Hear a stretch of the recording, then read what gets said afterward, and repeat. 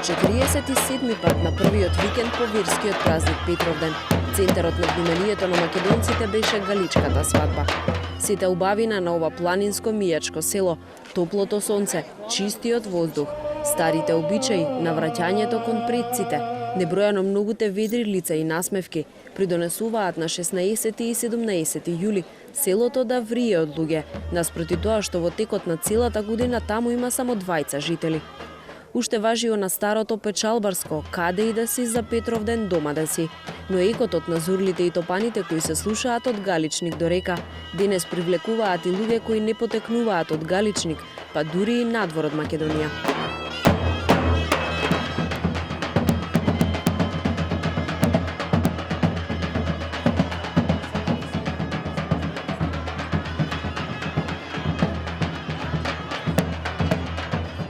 Годинава на веќе познатиот и неверојатно автентичен начин со сите адети на предците се венчаваа галичанецот Љупчо Равановски и кумановката Верица Митричка. Воодушевени од атмосферата од претходните години кога и двајцата учествувале, младите решиле овој пат да ги облечат тешките, но прекрасни мијачки носии и да ги одиграат главните улоги пред околу 3000 посетители. Значи, тоа е еден доказ. Овој ден е најубавиот ден од мојот живот, значи чувството е прекрасно, значи неопишливо, не може да се искаже.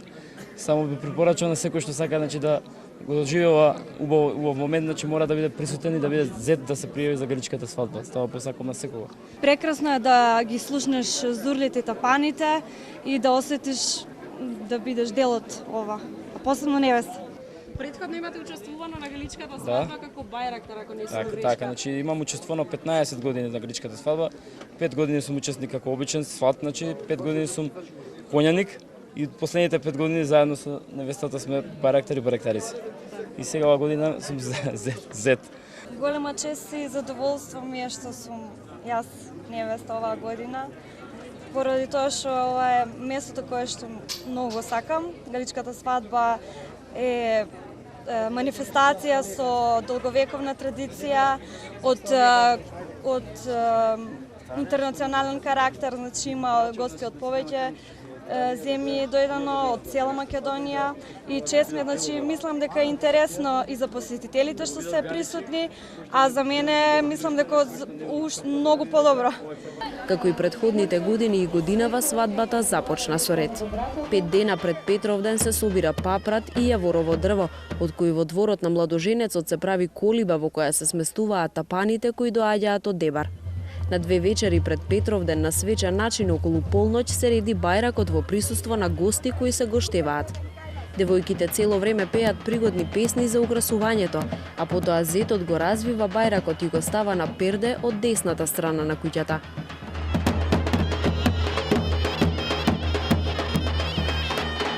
Спроти Петровден од спротивната страна на селото тапаните го најавуваат своето доаѓање со свирење на езгија, а помладите излегуваат да ги пречекаат. Пред куќата на младоженецот се изведува обичајот играњето на свекрвиното оро. Свекрвата излегува пред куќата со сито на главата, во кое е ставен специјален леп месен за оваа пригода. Исто така се изнесува и вино во чинија која е искитена како и другите свадбени ритуални предмети. Лебот значи благодет за невестата, цел живот да биде во куќата на мажот и од се срце да појде кај него. Во оваа пригода топаните ја изведуваат мелодијата со која започнуваат свадбените обичаи. По ова се оди на сред село и тука започнува вистинското навраќање кон предците. На чешмата упија се изведува тешкото, символот на пркосот и непокорот. Еден од најубавите и најзначајните адети секако е и одењето на вода, што го означува преминувањето на девојката од едно доба во друго, од моминството во зрелоста на жена. Во сабота навечер роднините на зетот без него одат во куќата на невестата. Ја земаат со незините роднини и сите заедно одат на вода на 3 чешми, од кои невестата црпи вода и помалку испива од неа. При одењето на вода сите учесници носат запалени бурини. Водалените по 3 чешми ја враќаат девојката во домот на таткото, а тие се враќаат во куќата на младоженецот и таму се веселат. Пред куќата на невестата младите играат оро околу огнот. Во недела наутро се почнува со канењето на гостите. Зетот со група од најблиските роднини ги кани починатите. Еве татко, реши да се женам. Без вас ми е празна куќата, затоа ве поканувам на свадба. Амин.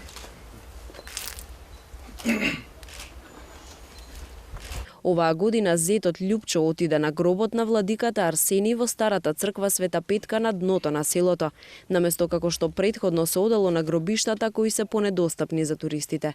По доаѓањето од гробишта, зетот, стариот побратим, останатите побратими и поблиските роднини го канат кумот со истата карта со вино украсена со цвеќиња како и на гробишта.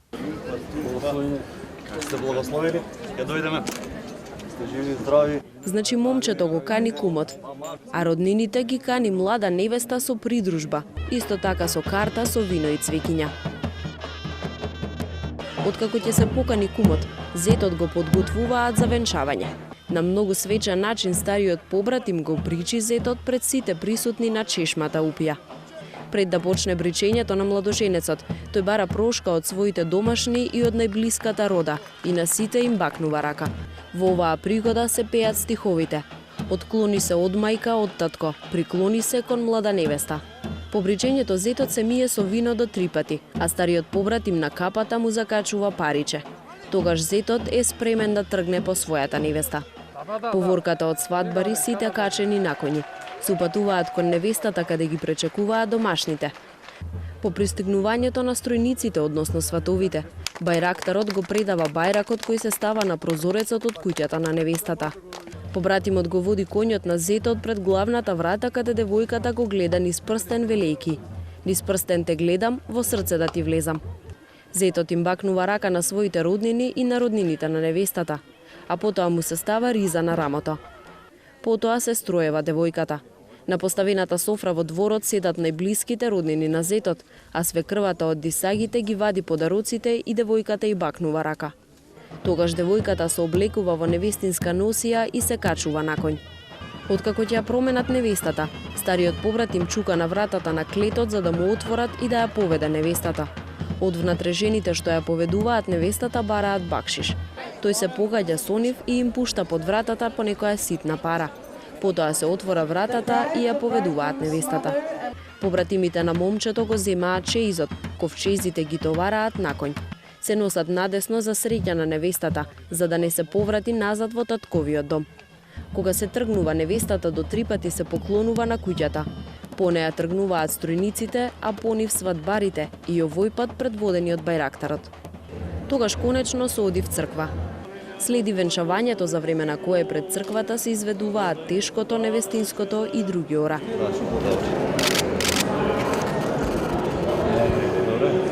Марија, престорогорце, спаси нас. Сите свети и самици ми друг си од нашиот на Христа Бога да го има дома печина, има им крша, им лома нешто. По излегувањето од црква повторно се оди на вода.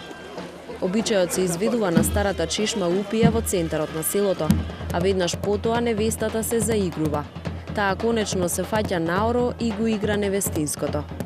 По ова се крши грне полно со ореви и шеќер, а младите се надпреваруваат кој ќе земе од оревите или од парчињата скршено грне, за да им се врати истата радост. На крај се испраќаат топанарите и се даруваат со пари. Крајот на свадбените церемонии е со дарување на младите. Љупчо и Верица годинава добија многу подароци, меѓу кои и икона на Свети Климент, како и павти кои се редат на стомакот, за кога ќе забремени невестата, тие да ја чуваат од уроци.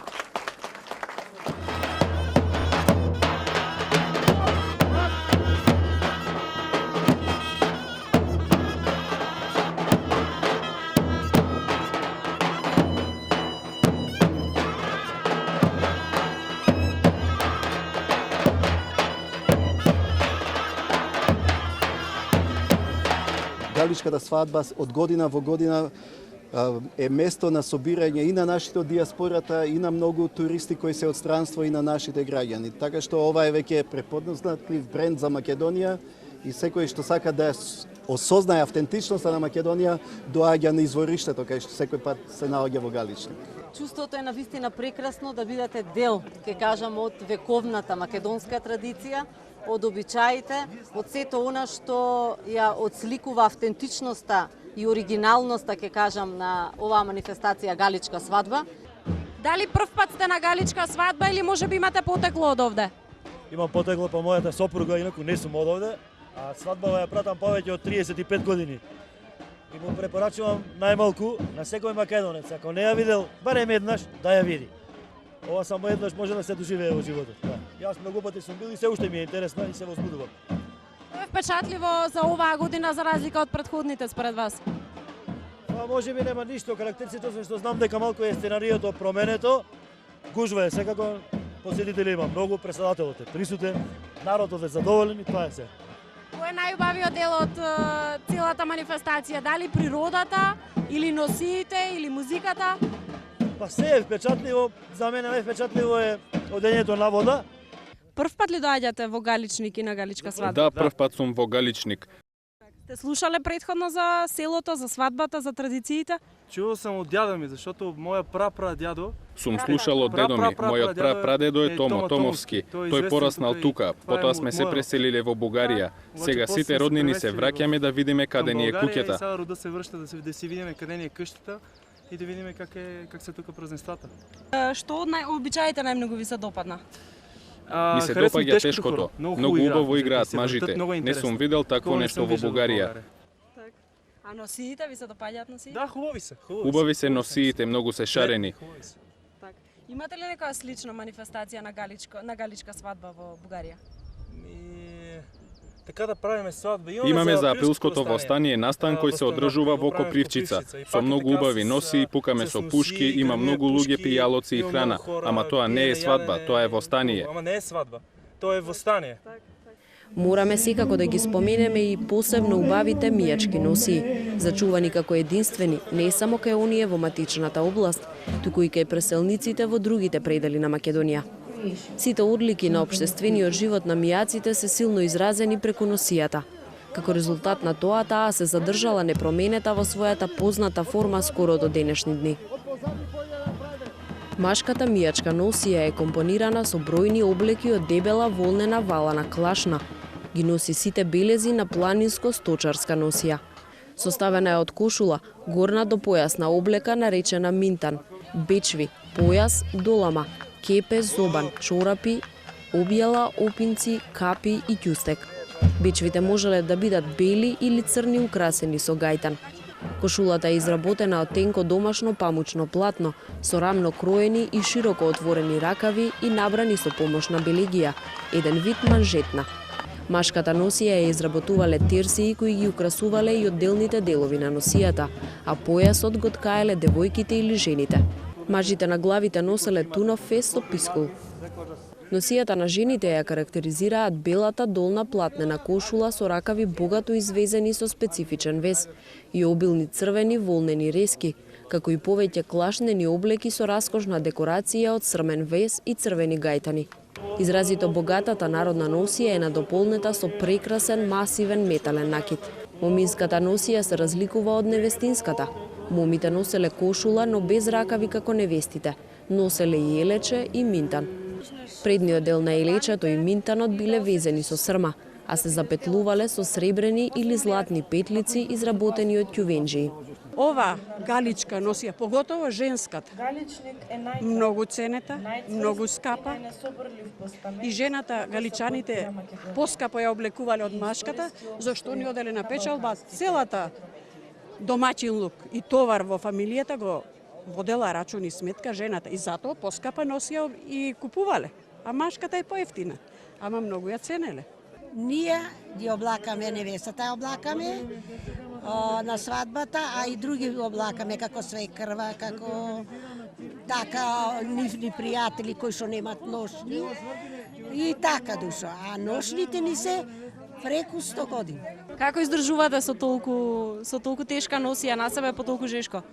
Не ми е проблем, значи ми е мерак, убаво се чувствувам, не осеќам топлината едноставно. Галичката носија има низалка, таа е направена од сребрени пари, украс на галичката носија и таа е на игла што ставаат над каленќарот, таа е шамијата да речеме, народно кажано. И има една игла и таа е исто сребрена, изработена и таа е уникат, например, таа е преку 100 години стара. Ношната трае 22 кила. Тешка 22 кила носијата. Тоа е тешко. Да, носијава тежи околу 27 кг, не знам точно колку. Значи, накитот повеќе тежи. Воопшто не ми е тоа. Зашто волната, мислам, делот од волната, таа као тежина тежи, а делот од војната термоизолација прави на телото и нормално е, значи, исто се чувствуваш кога седиш на сонце и кога си под сенка, значи истото приносиш. Од што се изработени носиите? Носиите се изработени од чиста волна. Мислам, клашеникот е од чиста волна. А да речеме минтан, зоб, ова што имат на невестава, бечви се машки, на младожената, бечви се тие викат. А овде има доста на невестава. Многу има. Од низалки, од игла, од се има, демек тие на чисто. И од трвами, кога шиле шнајдерите, 3 месеци шиле, тие носи 12 ношни што биле.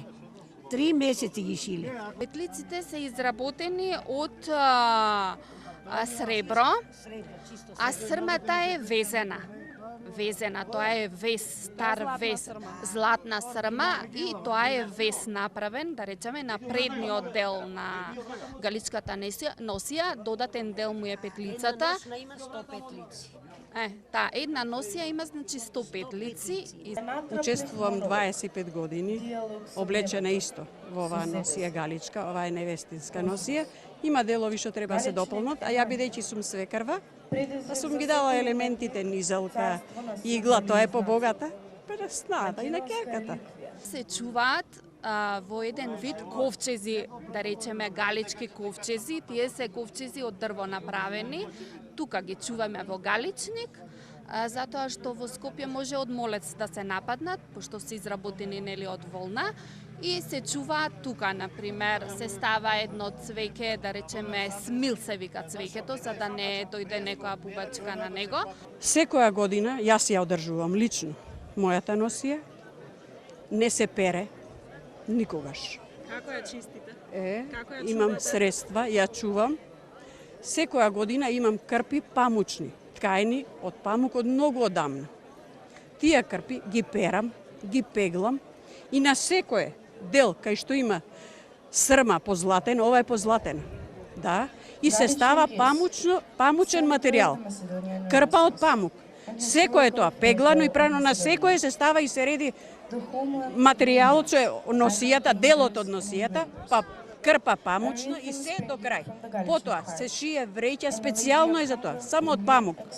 Таа крпа ја перам, ја пеглам, ги врзувам да не влегуваат ниту бубачки, ниту молци. Мојата е носија 165 години, стара, да, оваа што ја носам на мене. И затоа од мерак ја носам. Никој не ме тера да ја носам, али од срце ја носам. Со оваа прекрасна слика од мијачките носии и убавината на мијачијата, ви оставаме уште еднаш да му се восхитувате на богатството на преубавата Македонија. Се до наредното лето и до наредниот Петровден. Ни преостанува да го причекаме наредниот екот на зурлите и тапаните на врвните музичари мајовци, кои ќе ја најават следната галичка свадба.